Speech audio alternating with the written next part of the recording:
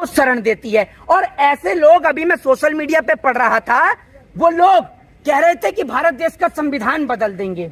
ये आरएसएस की चड्डी नहीं है कि जिसको चड्डी से फुल पैंट कर दोगे। ये भारत देश का संविधान है जिसके बिना एक पुलिस की चौकी नहीं चलती है, और आप देश चलाने की बात कर रहे हो। ये भारत देश का संविधान है, अगर इसको छुओगे तो इस देश के लोग सड़क पे उतर जाएंगे, याद रखिएगा। क्यों देखूंगा, वो कंगना पार्लियामेंट में आके कहती हैं कि हमें तो 2014 के बाद ही पता चला है कि राष्ट्रपतियों के नाम।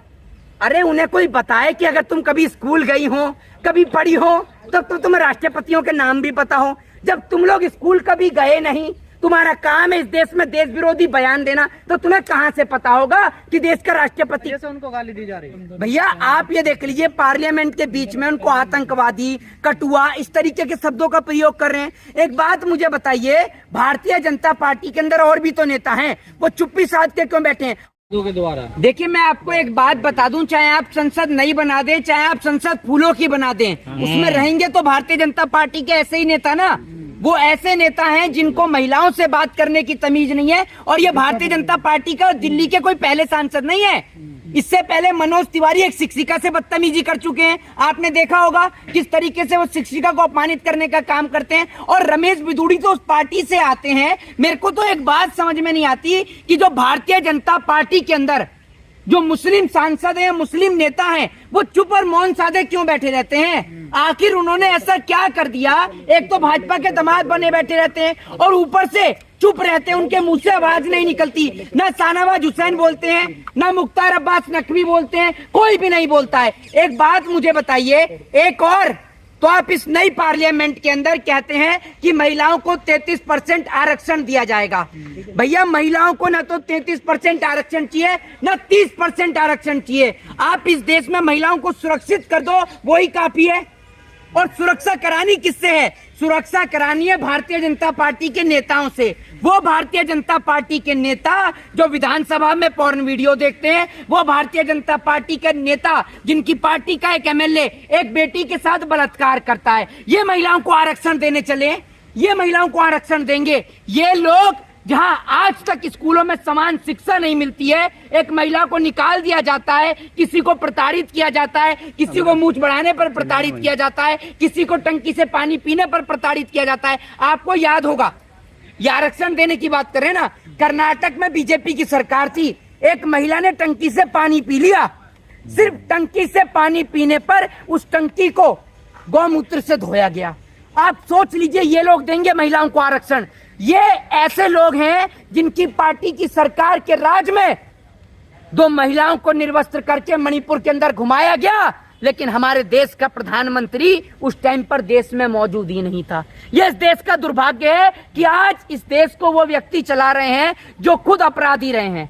अपराधी प्रवृत्ति के लोग आज इस देश को चला रहे हैं, और वो लोग जिन्होंने ठीक से 6ठी पास नहीं करी है, 10वीं 11वीं 12वीं पढ़े नहीं है, वो लोग आज हर तरह के शब्द जो बोले जा रहे हैं, क्या अमर्यादित शब्द, इस पर कोई और मौन? देखिए मैं आपको एक बात बता देता हूँ, इस देश का मुसलमान जो है ना, इस देश का मुसलमान तो अब आदी हो चुका है और चुपचाप रह के वो तो ये समझता है बीजेपी के नेताओं को। मैं आपको बता दूं कि जैसे सड़कों पर बोलना नहीं चाहिए मुझे, लेकिन जिस तरीके के शब्दों का ये प्रयोग करते हैं, ऐसा ही लगता है, और जनता इनको ये कह के ही इनको जो है वो इग्नोर करने का काम करती है कि जैसे सड़क पर हाथी चले बाजार और कुत्ते भौंके हजार। कुछ उस तरीके की भाषा आज मुसलमानों के साथ हो रही है। मुसलमान इनको लाइटली लेते ही नहीं है। मुसलमान तो ये समझते हैं कि जो संस्कार इनको परिवेश में मिले हैं, उसी संस्कारों का ये प्रयोग कर रहे हैं। तो दानिश अली मुस्लिम है, इस वजह से उनको गाली दी जा रही है। भैया आप ये देख लीजिए, पार्लियामेंट के बीच में उनको आतंकवादी, कटुआ, इस तरीके के शब्दों का प्रयोग कर रहे हैं। एक बात मुझे बताइए, भारतीय जनता पार्टी के अंदर और भी तो नेता हैं, वो चुप्पी साध के क्यों बैठे हैं? और अगर पार्लियामेंट में कोई आतंकवादी बैठा है तो आपके प्रदेश का मुख्यमंत्री क्या कर रहा है? आपके देश का मुख्यमंत्री, आपके देश का राष्ट्रपति क्या कर रहा है? इन्होंने भारतीय संविधान को तार तार करने का काम किया है। और मैं आपको एक बात बता दूं कि वो महिला आज कहां लापता हो गई, वो महिला जो फ्लाइंग किस के ऊपर पूरे सदन के अंदर हंगामा खड़ा कर देती हैं, आज इतने अमर्यादित शब्दों का प्रयोग नई पार्लियामेंट के अंदर हुआ है, तो वो चुप और मौन है। मैं आपसे कहता हूं कि नई पार्लियामेंट बनाने की जरूरत नहीं है, जरूरत है तो देश के अंदर नए सांसदों को लाने। बोले क्या उनकी कोई मजबूरी है? स्पीकर की मजबूरी नहीं है, पूरा देश आज भारतीय जनता पार्टी से डरता है। स्पीकर का क्या जाएगा? स्पीकर को तो अगर जहां भाजपा के खिलाफ बोल दिया, अगर दम है बीजेपी के अंदर या लोकसभा स्पीकर के अंदर, मैं तो खुलेआम बोलता हूं, क्या करेंगे? डालेंगे जेल में तो डाल दो भैया। आपकी गुलामी सहन करने से अच्छा है कि हम जेल के अंदर बंद हो जाएं। कैसी डेमोक्रेसी और किस बात की डेमोक्रेसी? जहां बोलने का हक और अधिकार ना हो, जहां बोलने के पीछे जेल में उठाकर बंद कर दिया जाओ, जहां किसान की आवाज उठाने पर देशद्रोही साबित कर दिया जाता हो, जहां एक फिल्म बनाने के ऊपर देश के लोगों को देशद्रोही साबित कर दिया जाता हो, तो कैसी डेमोक्रेसी में आप रह रहे हैं? ये डेमोक्रेसी नहीं, ये डिक्टेटरशिप है और हम इस डिक्टेटरशिप का बहिष्कार करते हैं। अल जजीरा ने भी छापा है, मोदी सरकार की बदनामी हुई है। क्या मोदी जी दिल से माफ कर पाएंगे बीजेपी सांसद को? अरे मोदी जी का दिल आप एक बात मुझे बताइए, इनका दिल और धड़कन पूरा देश को बर्बाद करने में लगी हुई है। ये क्या करेंगे? एक बात आप मुझे बताइए, इनकी जो पार्टी की जो नेता हैं साध्वी प्रज्ञा ठाकुर, उसको लेकर भी नरेंद्र मोदी जी बोलते हैं कि मैं उसको कभी दिल से माफ नहीं कर पाऊंगा। इन्हीं की पार्टी से मेंबर ऑफ पार्लियामेंट बन के बैठी हुई हैं। तो जो देश के खिलाफ बयान देता है, देश विरोधी बयान देता है, भाजपा उनको शरण देती है। और ऐसे लोग, अभी मैं सोशल मीडिया पे पढ़ रहा था, वो लोग कह रहे थे कि भारत देश का संविधान बदल देंगे। ये आरएसएस की चड्डी नहीं है कि जिसको चड्डी से फुल पैंट कर दोगे। ये भारत देश का संविधान है जिसके बिना एक पुलिस की चौकी नहीं चलती है और आप देश चलाने की बात कर रहे हो। ये भारत देश का संविधान है, अगर इसको छुओगे तो इस देश के लोग सड़क पर उतर जाएंगे, याद रखिएगा। क्योंकि अब इस देश के लोग अनपढ़, जाहिल और गवार नहीं है। इस देश का आज आधे से ज्यादा नौजवान पढ़ा लिखा है। भले ही भाजपा के लोग उनको अशिक्षित करना चाहते हैं, रोजगार नहीं दे रहे हैं, लेकिन नौजवान पढ़ा लिखा है और नौजवान ये समझता है कि संविधान है तो हम हैं। अगर संविधान नहीं होगा तो ये लोग हमारा दुर्व्यवहार करेंगे, हमारे साथ अत्याचार करेंगे। सवाल ये है कि कांग्रेस के सांसद ने बोला होता तो क्या होता? जी, ऐसा किसी कांग्रेस के सांसद ने बोला होता तो क्या होता? होता कुछ नहीं। अब तक स्मृति ईरानी जो हैं, उनकी भावना को आहत हो जाता, प्रधानमंत्री का रोना शुरू हो जाता। प्रधानमंत्री कुछ नहीं करते, उनका तो टसुआ रोना उनका सबसे बड़ा वो प्लस पॉइंट है, वो वहीं रोना शुरू कर देते।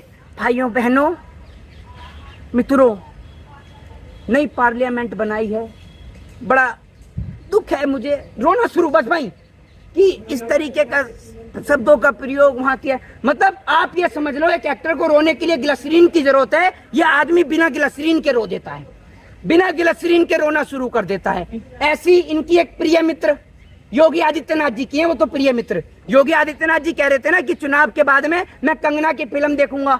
वो कंगना पार्लियामेंट में आके कहती हैं कि हमें तो 2014 के बाद ही पता चला है कि राष्ट्रपतियों के नाम। अरे उन्हें कोई बताए कि अगर तुम कभी स्कूल गई हो, कभी पढ़ी हो, तब तो तुम्हें राष्ट्रपतियों के नाम भी पता हो। जब तुम लोग स्कूल कभी गए नहीं, तुम्हारा काम है इस देश में देश विरोधी बयान देना, तो तुम्हें कहां से पता होगा कि देश का राष्ट्रपति कौन है?